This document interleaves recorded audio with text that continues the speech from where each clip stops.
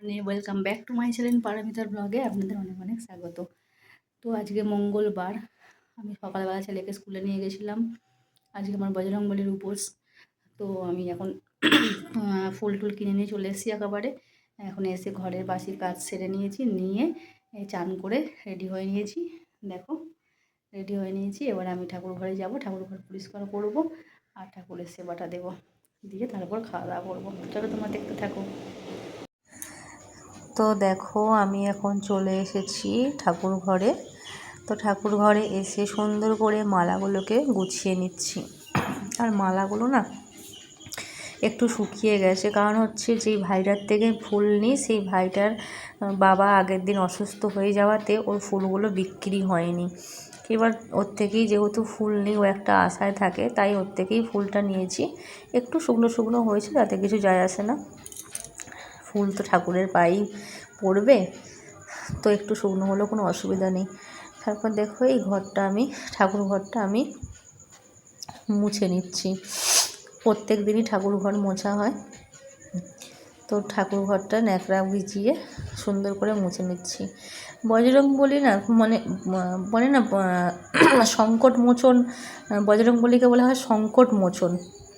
তা তুমি যতই বিপদে পড়ো না কেন, যদি তুমি বজরংবলীর সেবা করতে পারো, আর আমার যেহেতু মঙ্গলবারে জন্ম, তাই আমার আরাধ্য দেবতা হচ্ছে বজরংবলী, তাই আমি বজরংবলীর পুজো করি।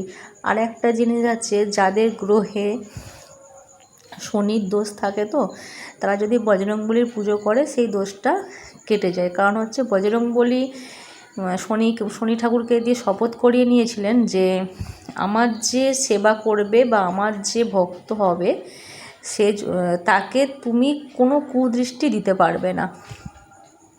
এই কথাটা আমাকে আমার দিদি বলেছে, আমি শুনেছি। তার জন্যে আর আমার দিদিও এই বজরংবলীর উপোস করে অনেক কিছু মানে দোষ কেটেছে। এই জন্য আমাকে সবসময় বলতো, তুই এত কষ্ট পাস, এত ভুগিস, তুই বজরংবলীর সেবা করবি। আমাদের দুই বোনের জন্মই মঙ্গলবার, তাই জন্যে আমিও মঙ্গলবার করে এখন বজরংবলীর সেবা করি। আমি মন্দিরে যেতে পারি না, আমার ঘরেই প্রতিষ্ঠা করা ঠাকুর আছে। আমি একটা ছবিকে বাঁধিয়েছিলাম, বাঁধিয়ে প্রতিষ্ঠা করে নিয়ে এসেছি মন্দির থেকে, তাই ওটাকেই আমি ঘরেতে সেবা যত্ন করি। আর আমি হচ্ছে মঙ্গলবার ভাত খাই না, শুকনোটাই খাওয়ার চেষ্টা করি, ভাতটা দূরে রাখি।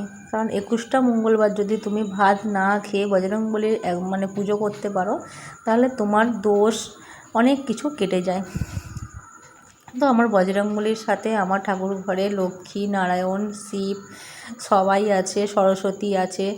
তাদেরকেও আমি বেলপাতা দিয়ে চন্দন দিয়ে শিব ঠাকুরের মালা নিয়ে এসেছি, তাকে একটু অর্পণ করে দিয়েছি।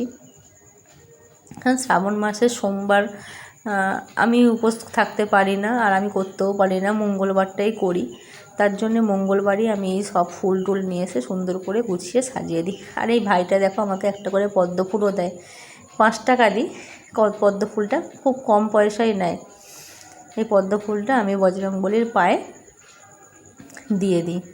আর আজকে না আমি কলা পাইনি, তার জন্যে আমি কলা দিতে পারিনি, লাড্ডু আর নকুনদানা দিয়েছি।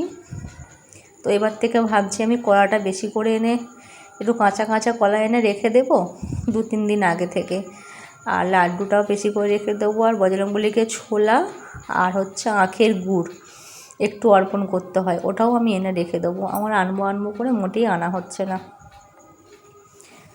দেখো আমার পুজো প্রায় কমপ্লিট, শেষের দিকে। তো আমি এখন ধূপ আরতি, আমি যেহেতু ফ্রন্ট ক্যামেরায় করছি, তাই জন্য একটু বাঁ হাতেই মনে হচ্ছে যে আমি ধূপটা আর প্রদীপটা ঘোরাচ্ছি, কিন্তু আমি এটা ডান হাতেই করেছি। এটাতে কেউ কিছু মনে করবেন না। ফ্রন্ট ক্যামেরায় করলে ডান হাতটা বাঁ হাতে চলে যায়, এরকমই মনে হয়। তো আমি এখন মোমবাতিটাকে সুন্দর করে দিয়ে দিচ্ছি। আর ওই যে আমার ছেলে পিছন দিকে বসে দাঁড়িয়ে আছে।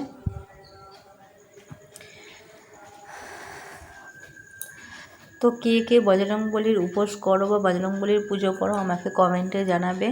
আর বজরংবলীকে আর কি দাও সেটাও আমাকে জানাবে।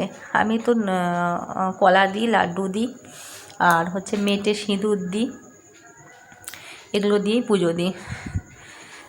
তো এই দেখো এবার পুরো পুরো আমার ঠাকুর ঘরে যা যা ঠাকুর আছে তোমাদেরকে একটুখানি দেখিয়ে দিই ছোট্ট করে। এখানে সরস্বতী আছে, জগন্নাথটাকে দেখো একটা মালা দুটো ভাগ করে জগন্নাথকে আর লক্ষ্মীকে পরিয়ে দিয়েছি। আর এখানে তারা মা আছে, শিব ঠাকুর আছে, এর একটা মা কালী আছে।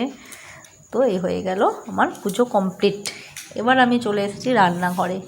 যেহেতু আমি ভাত খাবো না, তো আমাকে তো কিছু করতেই হবে শুকনো। এদিকে আলুর তরকারি, সাদা আলুর তরকারি বসিয়ে দিয়েছি, এদিকে লুচিগুলো সব বেলে নিয়েছি।